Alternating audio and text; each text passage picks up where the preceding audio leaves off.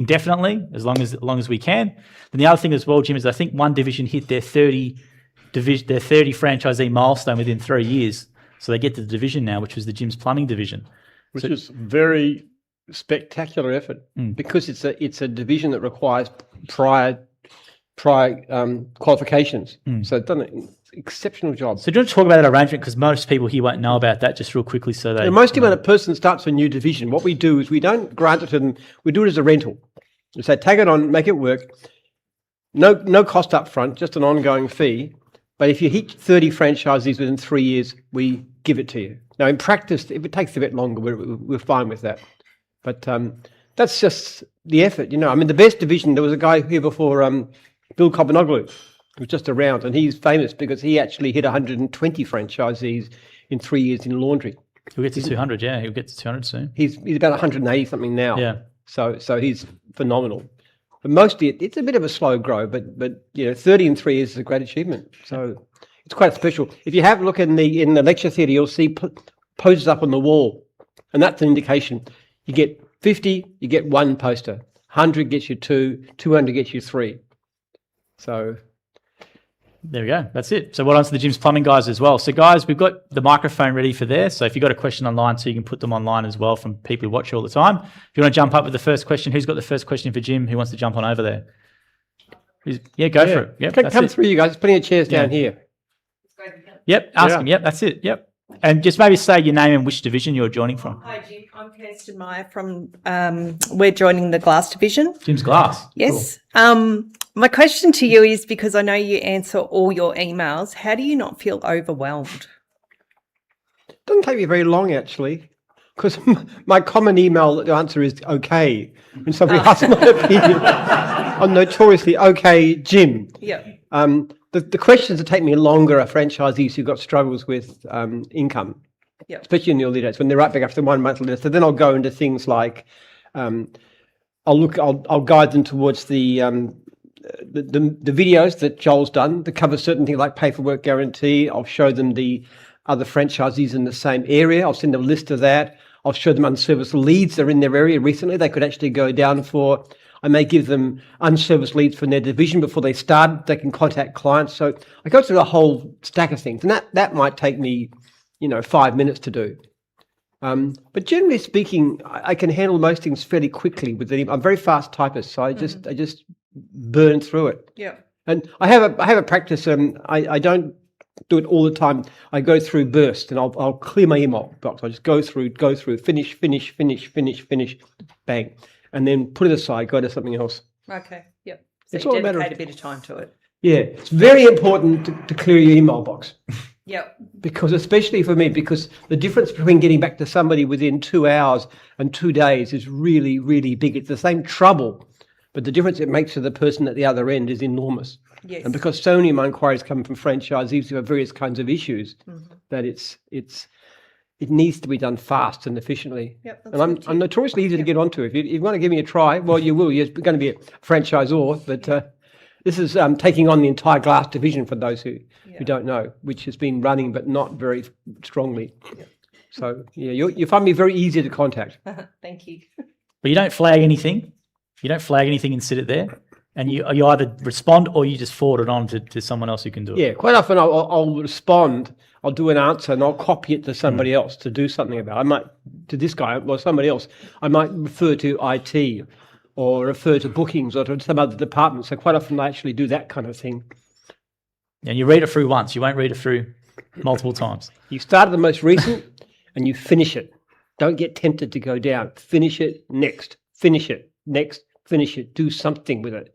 Proper, quick response. Let people know they've been heard and then do what I can to help them. Yeah, we actually filmed you doing this in the day in the life of your video on YouTube channel, so people can literally watch how you deal with emails, which is extremely efficient. I reckon it's more efficient than most people as well, and that's how it gets done. If you've got a question for Jim, guys, feel free to come up and ask him on the microphone. That was a good one to start off with as well, about your emails. Yep. Anyone got a question for Jim, go up and ask him. Karen, we're looking at concrete potentially. You're in 4 countries we worked out today.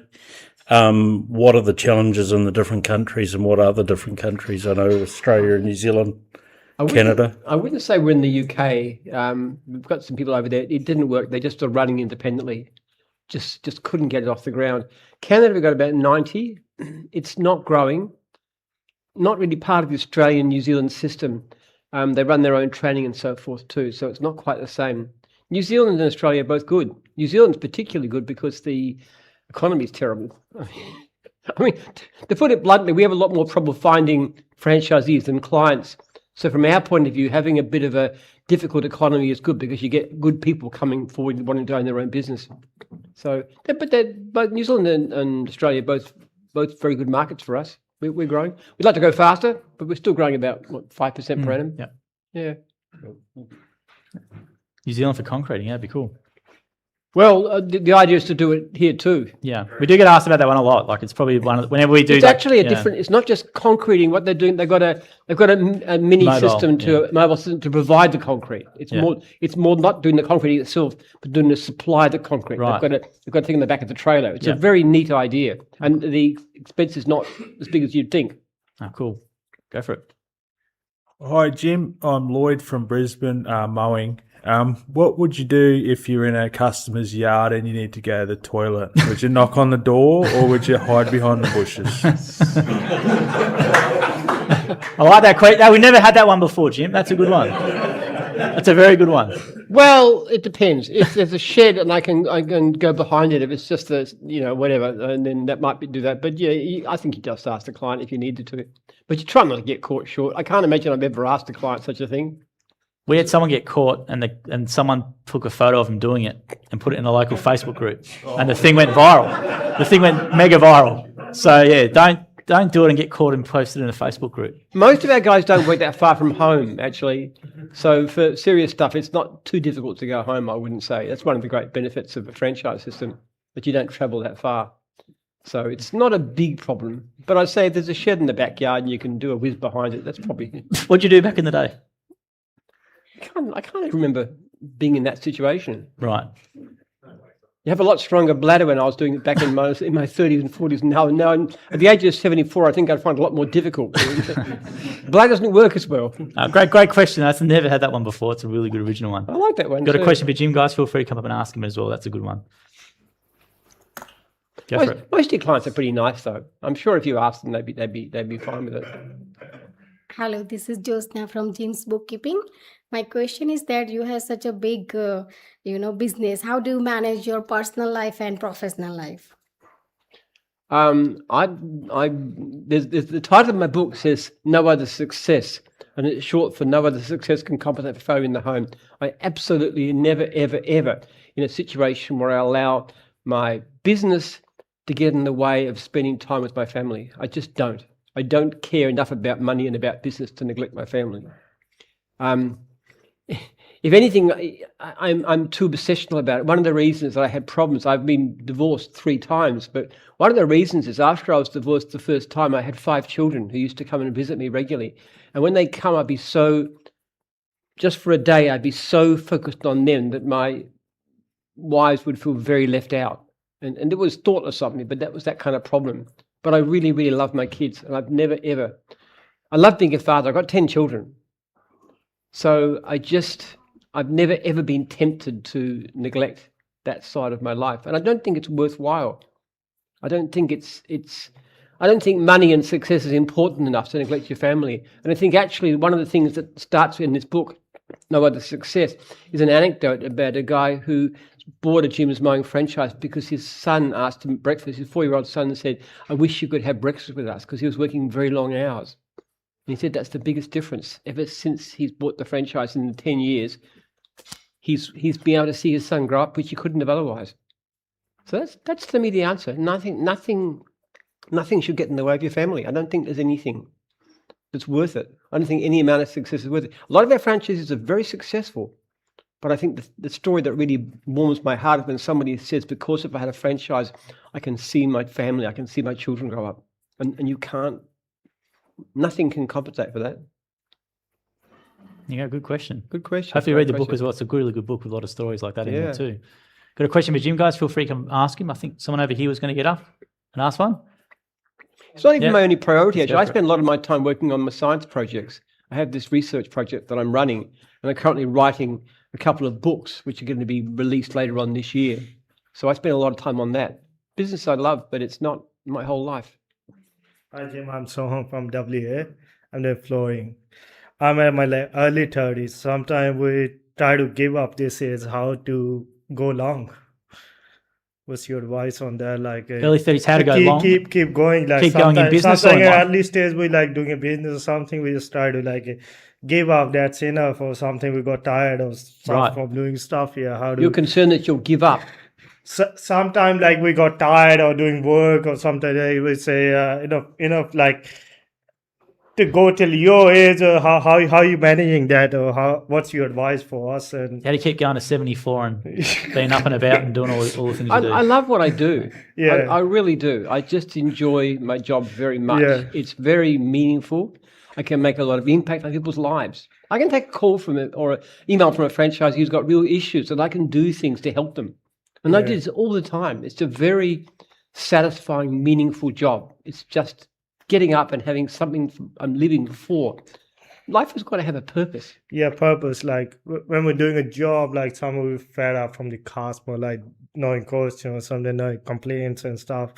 Yeah, that's the thing. Yeah, how to get out from them and keep enjoying what you're doing. There's things that aren't so pleasant. I don't like it when I get a franchisee who's doing badly. Yeah, And I do get that from time to time, and that's distressing. I think a franchisee failing is the hardest thing of all to cope with as to why. Whether we could have done something better, whether we could have chosen that better person better, whether we could have, is there anything we can do? So there's downsides to it, but it's immensely fun. To me, business is a bit like a computer game. You like playing computer games? no, I don't. You don't. Well, I do actually. That's too much. But it's like an endless, complicated computer game that's got all these levels, and you're always trying to do better. And you're always trying to win the quest and get further on, but you get paid for doing it. Yeah, And I even loved it. I was a lawn mowing contractor for how long was it? 15, was it? 14 years, about 14 years, 15 years I was a contractor. And I loved doing that too, because it's working outside, it's physical. You know, you know what I do at the weekend? You know what I was doing at the weekend? yeah, I was out working on my farm chopping wood. Okay? I just love that kind of stuff. I love the physical side. I've got very calloused hands. yeah, So you got to love what you do. yeah. But I think, what about when you said, like, bad customer, or you might have a bad day as a customer or something like that. How did you deal with that maybe back in the day? Was there anything like that happened? I'm very resilient. I just keep on going. I have a sense of mission in whatever I do. When I started my business, my aim was I'd done a PhD. This is this thing here. I did a PhD, came up with some very radical understanding about how society works. I wanted to set up a research institute. Now, at that time, I had no money. I was $30,000 in debt. I just hopeless, but I needed to make enough money to actually be able to pursue that, which I now have. I've got a full-fledged research institute right in Latrobe University and in China as well. Yeah. So that was an aim. It was a goal. So my life had a purpose and a mission, a God-given mission to do certain kinds of things. Also to be a father and a husband, those kind of things too. So when your life is full of purpose, that gives you a kind of a guidance. Yeah. I think if you just live your life for saying, hey, what's in it for me? Where can I enjoy my life, and what's going to give me the biggest thrill? That kind of stuff. That can get very meaningless and very depressing. But if you've got a purpose in your life, it's actually not hard to keep going. Yeah. Now, whatever your purpose is, you married? Yeah, I'm married. Yeah, Got the kids? with 10 months. 10 months. Yeah. Wonderful. You're going to have a few more? Yeah, sure. Good on you. Good man. Why not? You're my kind of fella. But your family is part of your purpose, isn't it? Yeah, Because you want to be a good husband, you want to be a good father, you want to be able to support your family, which is very important. yeah. And you want to be able to spend time. Is it a boy or a girl, your little Boy, yeah, little boy? boy, yeah. You want to support your son, you want to help him to grow up to be the kind of man you want, don't you? Yeah, And you want to teach him values and stuff. That's purpose, that's function. See, people who are married with kids actually do better as franchisees on the whole than those who are single, because people like you and me have got a purpose to our lives, a center. Yeah. So, yeah. yeah, that's good. Yes, another question, sorry. Go for it. Mostly at your age, people start thinking to retire. What's your advice on that? Oh, I'm going to retire one day. I'll be in a box. Yeah. I'll be dead. Yeah. I don't plan to retire. I'm having great fun. No, what's your advice on the people like they start? Why like retire? Early age, or is What's it the good purpose thing of or bad retiring? thing? Yeah. We've got mowing franchisees in Yeah. the 70s. One guy just Jeff's had 80. Yeah. just had 80. You don't necessarily work the same way as they might have when they were kids, merely kids in their early 60s, but they're still keeping on going. And we have, even for those, we have a retirement option so they can do it part-time if they wish. I don't think retirement is a good idea. If you go into Google and ask a series of questions to know, how are you going to live? And if you say you're employed, Yeah. your life expectancy goes up. Your level of happiness tends to be higher. So whether you're working for money or whether you're working for some useful purpose, you should keep working. God didn't make us to give up on life when you get to a certain arbitrary age. We were meant to be useful our whole lives. And I think when you don't do that, you get into problems like, you become demoralized, you lose energy, your mind starts to slow down, your physical health can suffer. And you're more likely to get dementia and all the kinds of terrible things happening to you. So to my mind, you keep going. One make great heroes, people like Warren Buffett, Charlie Munger, who are fantastic people. They got this vast investment. Charlie's dead now, but Warren's just retired. I think he's about 95, but he's still the chairman. He's just not the CEO of the company anymore. But he's still kept active to a very advanced age. And the interesting thing is, I've just been reading a book about the CEOs of the companies that they control. And the great majority of them are past what normally is retirement age. One of his most successful managers actually were over 100. So I don't believe in retirement. I just think it's a good idea. I think if your mind is active, if you're still going there, you just keep on working. Yeah. How to keep your mind active always at this age? Yeah. Well, to get active, being busy is one thing. Yeah. Also keeping fit. Yeah. See, every morning I do exercise. I run on a treadmill for half an hour. I do a rowing machine. I lift weights, 8-kilo weights over my head 160 times. I have a cold shower. At the weekends, I'm out there gardening or chopping wood, those kind of things. Several hours. So I keep very fit, control my weight. I'm very alive. I'm interested in the business. I'm working on my projects, my research project. Spending time with my kids, driving my son to school, picking him up, this kind of thing. Yeah. Just keep active, keep busy. Yeah. People have this idea that somehow being at leisure, not having to work is an ideal. It's a terrible idea.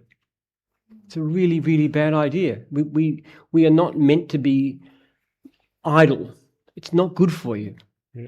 And if you understand the way the dopamine works, which is one of the things I'm very keen on, then you understand that's how our brains react. Doing jobs, doing tasks actually fine-tunes our brain to make us happier and healthier. Yeah, thank you. Yeah. And we want you to live long. Thank you. Thanks for those questions. Very good questions. Go for it. Hey, I'm Jordan from Hobart, Mowing. When you were younger, especially, obviously you're probably saying now as well, but especially when you were younger, did you ever have any unwarranted sexual tension between you and a client that you're working for? And that's another original one. I haven't heard this one Nobody before. has ever asked. Yeah, that's a good one. and if so, how did you deal with it? How did you do? And piggybacking off that, do you have any funny stories relating to that kind of stuff? Or funny stories in general? From a client, or something. Very original. Very, very original that has never been asked in the whole history of art going back many years. I have an incredibly beautiful wife, Lee, that you may see around. She's wonderful. I completely adore her. I'm passionately in love with her after 25 years of marriage.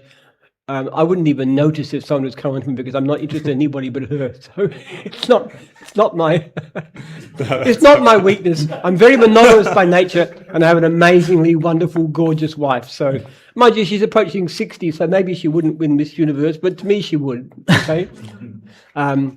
As to stories, well, I don't have any. I do remember one franchisee telling me that there was a client who was coming onto him, and she actually bared her breasts, and she said, "I'm very lonely." I never had that happen to me. Did he sort her out, or No. You wouldn't know that. I think like me, he was a happily married man, so she didn't get very far. But I do remember that story. But no, actually, I think some of it. We actually have thought about running a sort of a series, like a calendar or something like that. For some of our franchisees, guys are pretty good looking, I reckon. They could do a calendar. What do you reckon? I've talked to Joel about this. Maybe. Add it to the list. We've got to get the idea across that to the extent that our guys are single, they are very good marriage prospects. They're hardworking. They tend to make pretty good money. They've got flexible lifestyle, good for being with kids. I reckon they're prime marriage material if there's any single guys around. So we should spread the word here. Hey, look at this independent owned business. what's your thoughts on guys rocking up to a house? It's a hot day, real hot, working with the shirt off. Is that a no-go? No, you can't do that. I hate it. No. You can do that because you're out of uniform. But you know what, though, Jim? We've actually got Budgie Smugglers doing a collaboration with Jim's Mowing. I've actually got them in my office, like the Jim's Mowing Budgie Smugglers. So Yeah, but you can't wear them on the job. you never know. You never know. You got to look the part. They'll be on brand at least. They'll be on brand with all the Jim's Mowing on it. So it's all good. There are gyms, Budgie Smugglers. budgie smugglers, but not when you're working. Thank you very much. No, let's keep a proper shirt on, properly dressed, in uniform. We have a very tough line on such things. Yeah, I understand that. Now, if you're off by yourself and you want to strip off and be my guest, but that's fine. But not with our client. Thank you very much. All right. Very good question. I very like much. that. Very creative. Very creative. Never had those ones either, Jim, but that's a good one. Yes. You got a question for Jim, guys? Feel free to come and ask him anything you like. That's a cracker. Who can top that? Who can follow that up? Anyone else? Someone's coming up, which is great. Got a few comments online as well, which is cool. All right.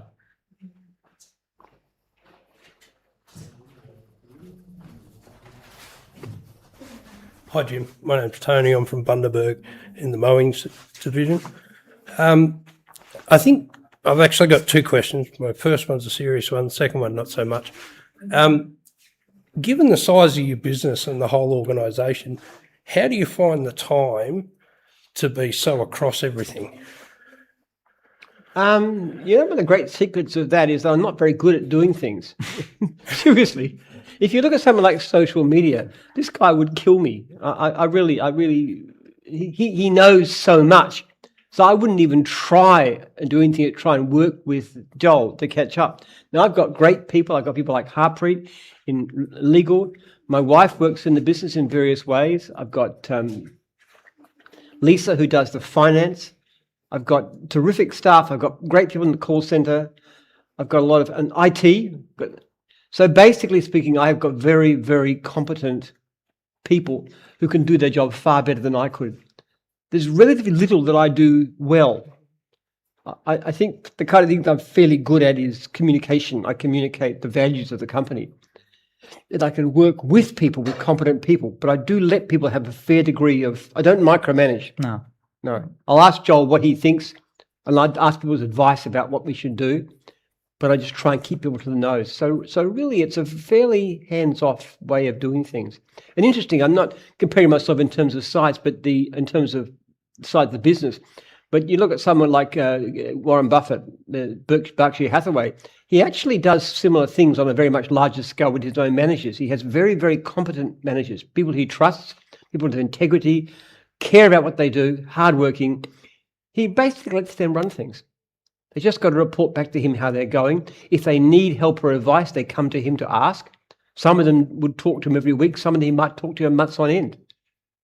But if you've got great people, you don't need to do everything yourself. In actual fact, I think some people are so good at doing everything, they try and do everything themselves, and that holds them back because you can't build a great business with just one person, can you? And obviously, your email and your number, you give out to everyone as well. So it's a good way of Yeah. being really accessible. I keep in touch with a lot of people too. So I want to know what's going on. Virtually never a week goes by I don't get some feedback from franchisees or somebody that's helpful to me to understand things. Could be clients, even could be franchisors, mostly franchisees, to say, okay, why is this happening? And then I'll go to, okay, let me give you an example just from today. Just today, I've been talking to franchisees who need to get going And I'm talking about the value of running a cross-divisional meeting locally. So this morning, I wrote a email to IT, so asking for 2 specific reports.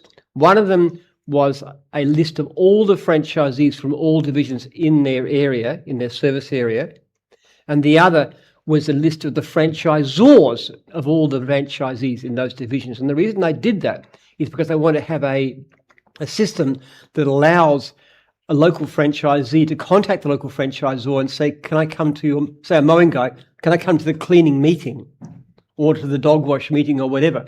So then they can start building referrals. And especially because the guy who triggered this was actually, he was in a regional area where he was the only one from his division. So it's that kind of contact. I'm talking with somebody who's in an area where they need to get cross-divisional work. So then I go to IT, can you give me a couple of extra reports? And then I've asked for that to put into the newsletter for the franchisees and franchisors. That's just this morning that happened. And that's a perfect example. Now, the reason that I do that is because of the franchisee approaching me who had this issue. And I was working at how to actually help him better. And that's basically my life. It's very fun. It's very rewarding because you can see ourselves moving ahead all the time, getting better and better at what we do. Okay, thank you. And the not so serious one, which I'm sure you've been asked a million times, is how come the gym's person looks nothing like you? Well, the gym's logo is a lot younger than me. Thank you very much. If you want to see where it was taken from, if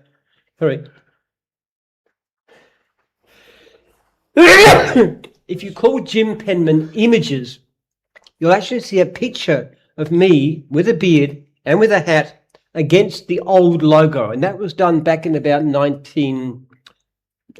probably about 1996, some name like that. And that was actually me. Since then, I've got older, yes. Second thing is, in 2000, I was single, not on my own choice, and my beard was starting to go grey. Now, if you're happily married, that's not a problem, but when you are late 40s, wanting to get married again, you do not want to look any older than you can. So off it came. I know that feeling. Thank you. Right now, my wife thinks I'm good looking, poor deluded woman. That's all I care about, honestly. But when you're single, you've got to give your best impression. Don't look too old, do you? Yeah. We have done some updated versions where we do update it to actually look like Jim, and it doesn't. It's probably wouldn't have the same cut through or the effect. If I had a beard now, I need to be like yours. I'd look like Santa Claus. Santa crack at me, wait. No, kidding. Thank you. Thanks for that question. We appreciate it. Got a comment online. I think Jordan was the one. I think Trevor Myers, the Jim's Glass franchisee in Tasmania, he says, can you please have Jordan contact me, Jim's Glass? We want to help him if he ever break a window. And what a funny question, but good on him. So from Trevor in the Glass division in Tasmania. Got a question for Jim, guys. Feel free. Glass is exciting, actually. This is a new division. It's just going to be starting up very shortly. And it's been running for years, but not very successfully. These guys are all over the country. So we're very pumped about Jim's Glass. Awesome. Go for it. G'day, Jim. Matt from Cows. Just wondered, do you like fishing? And if you do, would you like to come fishing with me on the boat out of Phillip Island? It's a bit slow for me, I'm afraid. Never had that question before, though. Thank you for the offer. I appreciate the offer. Yes. Actually, when I have a very physical style of recreation, I like to be very, very physically active. I was working like hours chopping wood even yesterday, and I'm quite sore. But that's my preferred. Nice invitation. I've never had Thank you for the invitation. That's very cool. Sounds good. You enjoy fishing, do you? Yeah, definitely. Yeah. What do you catch? I do a lot of bring fishing in the lakes, down lakes entrance and all of that. But try and chase tuna off Phillip Island when we can. So Wow. very successfully though. There you Goodness, go. good. Got a question for Jim, guys. Feel free to come up and ask him a question as well. Got one. Anyone got a question? Come up and ask him. Got time? Got Tyson online's gone with one. How do you manage clients when there's rain, Jim? Do you either move them to the following day or week, or do you also get them back on the same day in the fortnight to come? I mowed lawns 15 years. I cannot ever think of a time I lost a day because of rain. Now, basically, my principle is this. If it's bucketing down, really bucketing down, you go and sit in the car, okay, until it's finished bucketing down. If it's just a drizzle, you're out there mowing. The only problem with mowing lawns in the wet, and you can keep yourself well covered, is that the grass doesn't pick up quite so well. So what you do is you keep the revs up, You cut with the right-hand side of the mower and you empty the catcher frequently. Now, if you do that, you can basically keep working in any weather. I've worked in the rain. I've worked in 40-plus degree days. It doesn't stop you. You just keep on going. That was my job, and I did it. And I don't mind it. Melbourne weather is very changeable, but I do it. When I'm working on my farm, I'll be out there in the rain as well as the fine weather. I find the hardest thing is heat, actually, but yeah. No, thanks for that question, Tyson Online. If you've got a question for Jim, guys, feel free to come and ask him. We've got plenty of time for some more questions as well.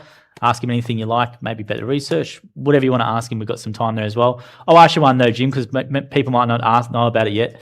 The Jimbo app, which is coming out, but there's new features coming out, and there's a couple of new features in it which I think are pretty exciting. Do you want to maybe talk about the marketplace feature, which is quite unique? Yeah, I didn't do that this morning. Actually, I seem to run out of time. I sometimes miss certain things, but the most exciting thing that's happening in gyms this year is Jimbo. It's a good program. It's a great marketing program, but we're developing features that are completely beyond anything we've done in the past. And one of them is this. You can actually put clients on the market. One of the problems we have is that franchisees get busy. We give you a lot of leads and you get a fairly wide area. And then after a while, franchisees, especially divisions like mowing, cleaning, dog wash, those with regular clients, stop taking work. Maybe their territory, sometimes nothing at all. So what we're going to do with Marketplace is say, okay, what are the most outlying jobs that you have? You just tag them within Jimbo and say, I want to sell. Now, if a franchisee from that area or a franchisor wants to put on new franchisees, they can buy them.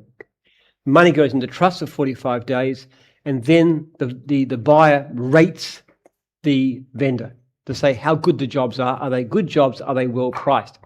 Now, once you've started doing that, what happens is, so you're working in a big area, you sell off your outlying jobs, get a good rating, travel less, pick up more work close to home. Then you do it again. You get a bit more outlying jobs.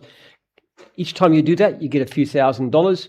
You pay off a couple of months' fees, whatever, 2-3 months' fees, and you travel less. And as time goes on, you pay less and less fees, and you travel less and less.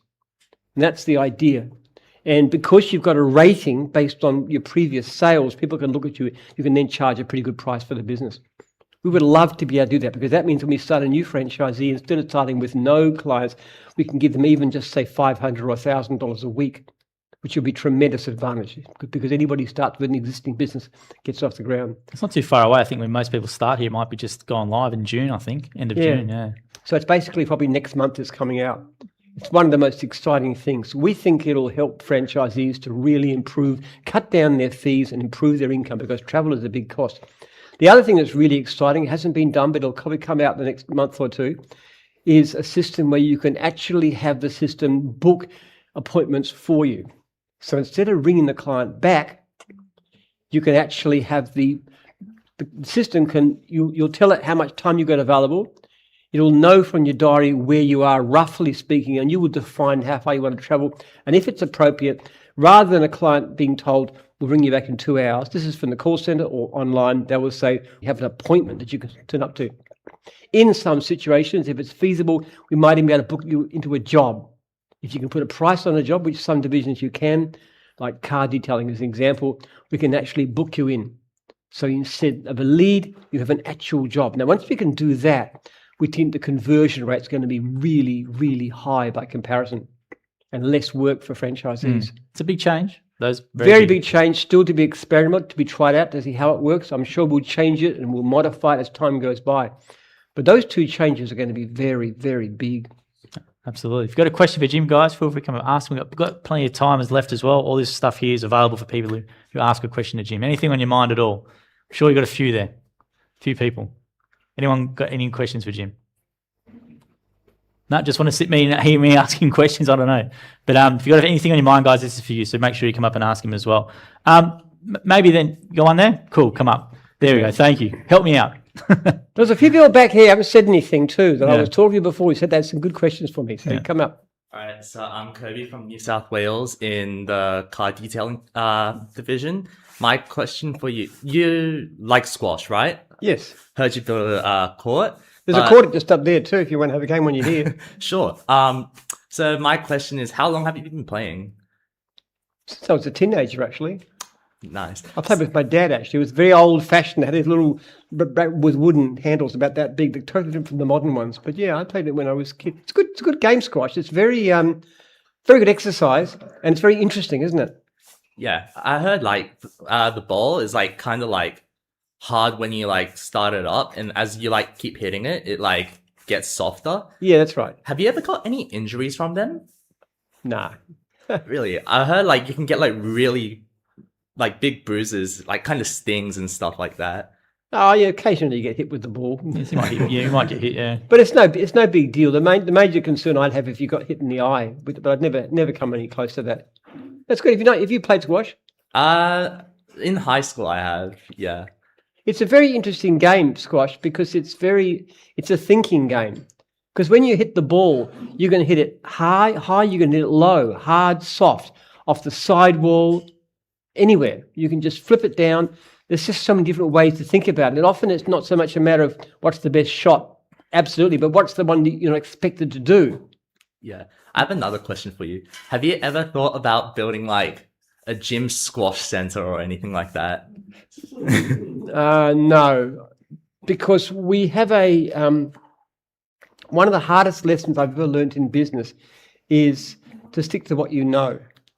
Now, I've done various things I don't really understand, including a tourist resort at one time, including a computer shop, including a mower repair shop, would you believe it, back in the old days, including a psychology institute to teach psychology, including a factory to make fiberglass trailers, including a shade exchange a couple of times. What else have I done?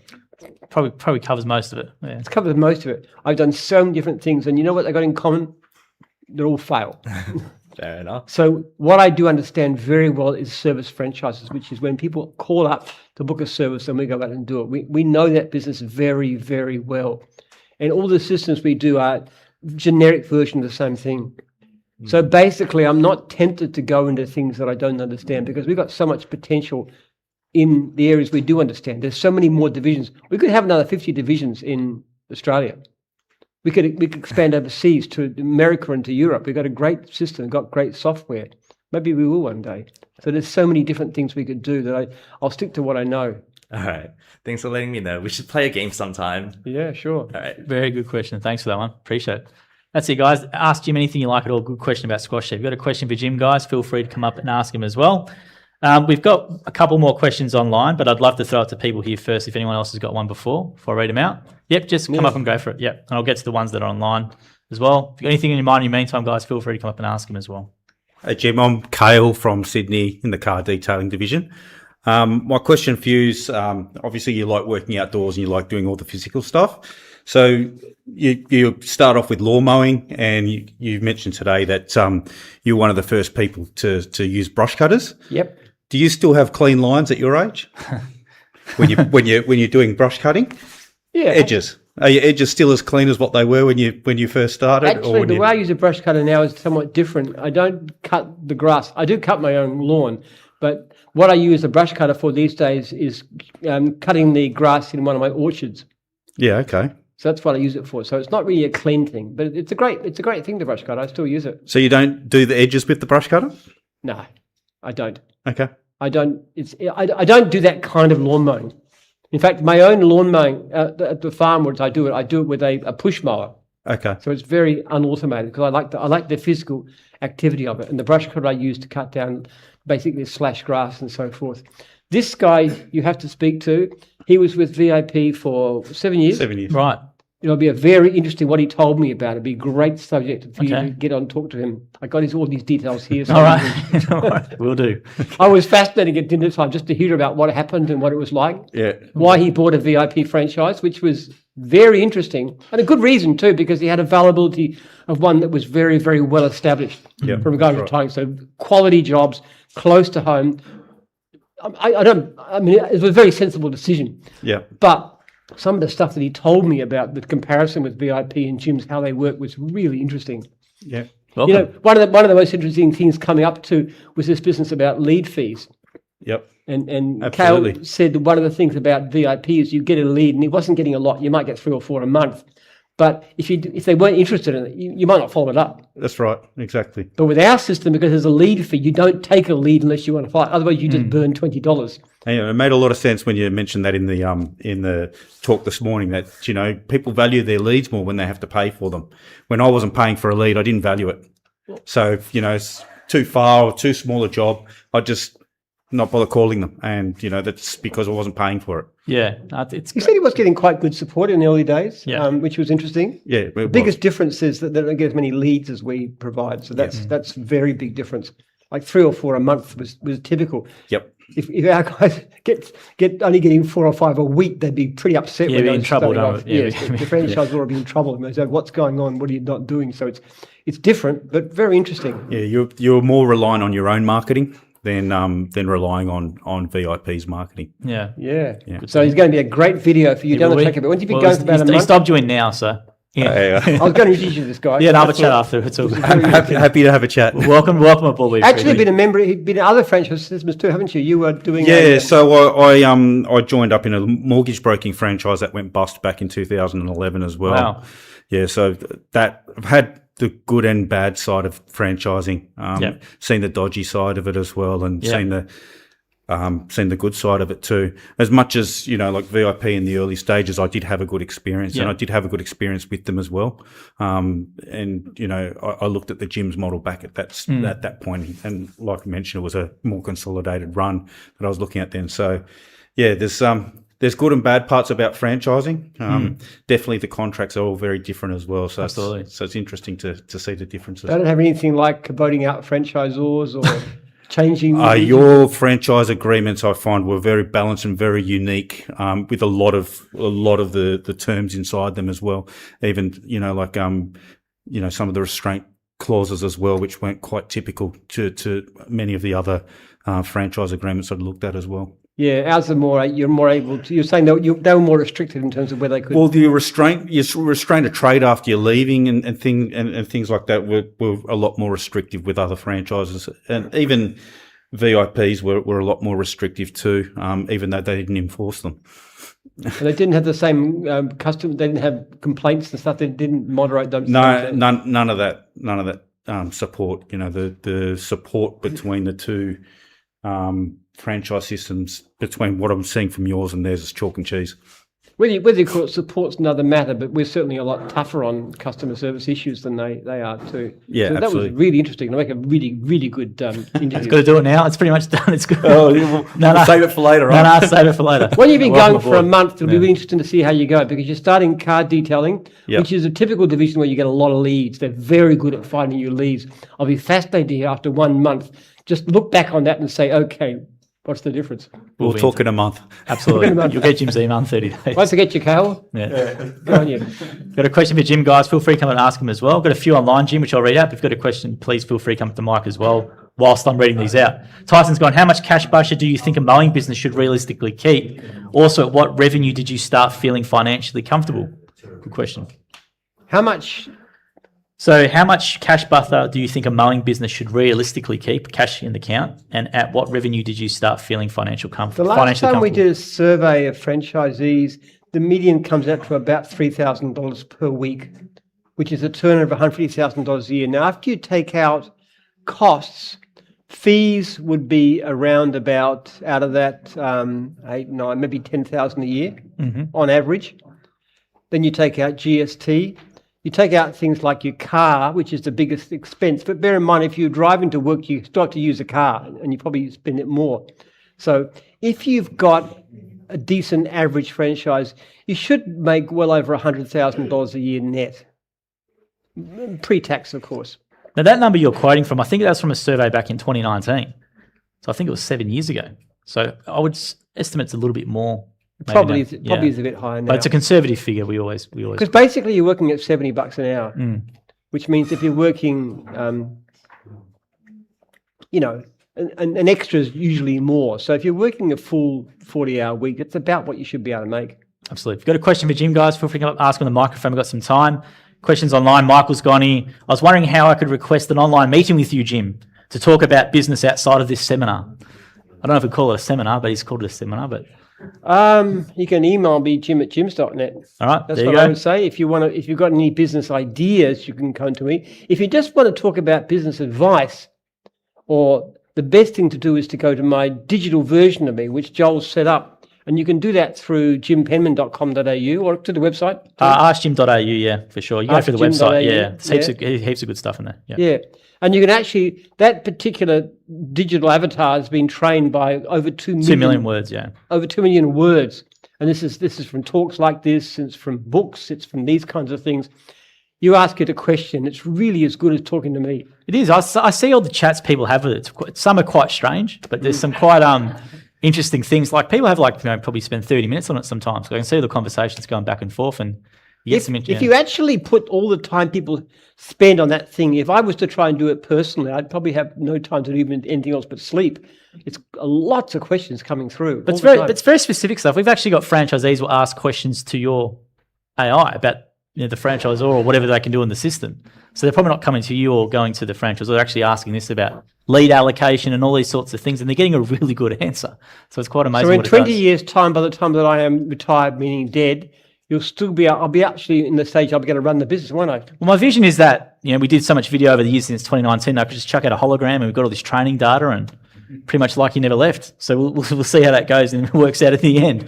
But I think the next step for it eventually would be emails and all that sort of stuff with how you deal with complaints and things like that. You could probably get a good answer from it. So yeah.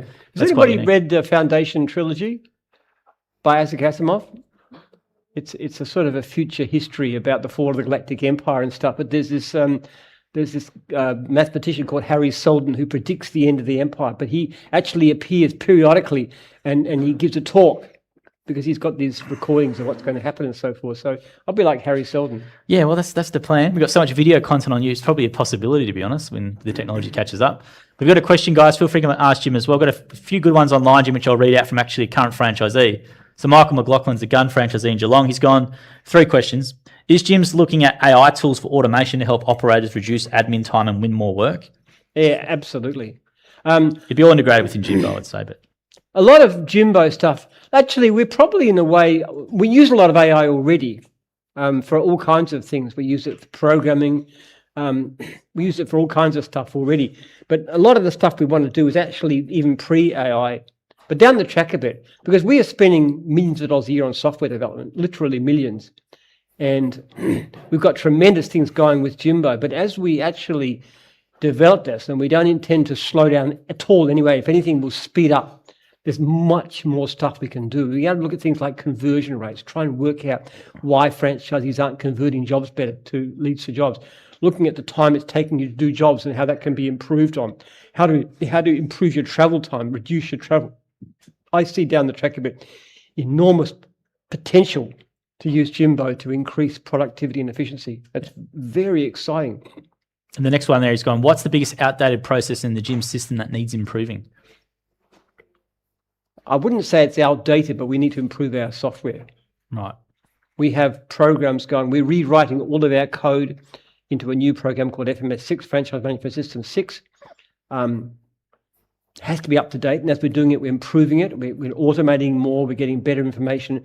But the Jimbo itself is the biggest potential for growth and for improvement. We can just do amazing things. Just the stuff we're going to have happening in the next couple of months is fantastic. Within a couple of months, we should also have a system which does all the accounts. You won't need Xero, you won't need QuickBooks, which, as you know, costs you $75 a month. It'll just be all free as part of the app. We want to provide that so we can keep our costs down for franchisees. Then the third one here is gone, what do the top 1% of gyms operators do consistently better than everyone else? The biggest single, they tend to have a passion about customer service, but more than anything, the attitude is, what can I do to improve? How can I do it better? It's not a case of being fantastically good at something. It's looking at what you're doing all the time and saying, how can I improve? And that's the characteristic. And they just keep on getting better, because if you keep on learning and growing and developing, talking, reading, watching videos, going to meetings, talking to Digital Jim, just keep on learning, keep on improving. And that's been basically my idea since I was pushing a lawnmower around. In fact, when I started off this business, in effect, back in 1970, I was working for $1.50 an hour doing gardening. My current business is a direct lineal descendant of that business, $1.50 now, which back in 1970, even then wasn't a lot of money. So what's the difference between then and now? I just keep on learning. I keep on learning to do different things better. Even this morning, constantly learning and growing and developing. And that's what the best franchisees do. And we've got some incredible people in gyms, and you can see them in the videos that Joel's done. Yeah, I meet him every week. It's been great. We interviewed one today, a 10-year franchisee in window and pressure cleaning, one of the guys you sent through Gus. He's 62, loving it, 10 years, great operator. So yes. I ring my veterans at major anniversary, 10 years, 20, 30 years, and just have a bit of a chat to them, congratulate them, and they just tell me what they're doing and how they're doing it, and I get some wonderful stories. People who've been hugely successful, turned their life around. There was a guy speaking to recently who comes from Liberia in West Africa, and as a mowing franchisee, he's been able to earn enough, not only look after himself, but he's building a clinic and a school back in his home where he comes from. Isn't that amazing? What a great thing to be able to do. Not only make a living, a good living in Australia, but also to be able to help people back home in a way that he couldn't imagine was possible. Absolutely. If you've got a question for Jim, guys, feel free to come and ask. We've got time for a couple of more. I'd rather have it for people here than online, but I've got a few online if we need to keep going. Another one online here is Trevor's gone, "Hi, Jim. Do you think our government is doing enough for our 16 and 17-year-old children to find a pathway into getting an apprenticeship?" No. Basically, our society is so stuck up on this idea of university and education and tertiary degrees and all this kind of rubbish, which does not suit a lot of kids, especially boys.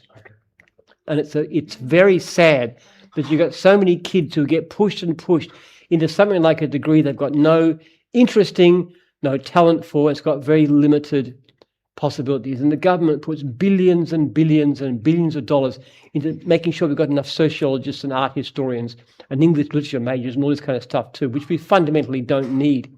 What we need is more plumbers, electricians, carpenters, small business owners, particularly tradies. There is unlimited opportunity. There is a desperate shortage. We've got 30 in plumbing division. We could do with 60. We could do with a lot more. I would love the government to put more funds into practical, real-life things than into a lot of this endless education. There's a wonderful book called The Case Against Education, a guy called Brian Kaplan, which actually suggests that most education after school is pretty well useless from the point of view of society. All it does is give one person a little bit of a leg up in jobs than somebody else. And they run up these huge student debts. We should be doing a lot more to get apprentices going. We should be subsidising apprenticeships. We should be rewarding people who put them on.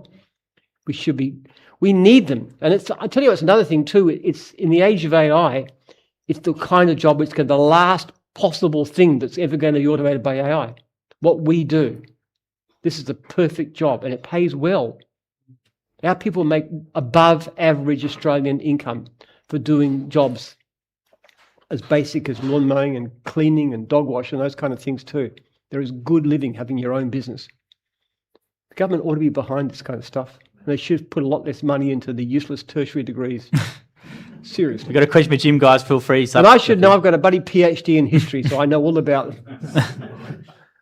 Which I don't regret because it helped me to develop these kinds of theories. But basically, in terms of making a living completely, utterly useless.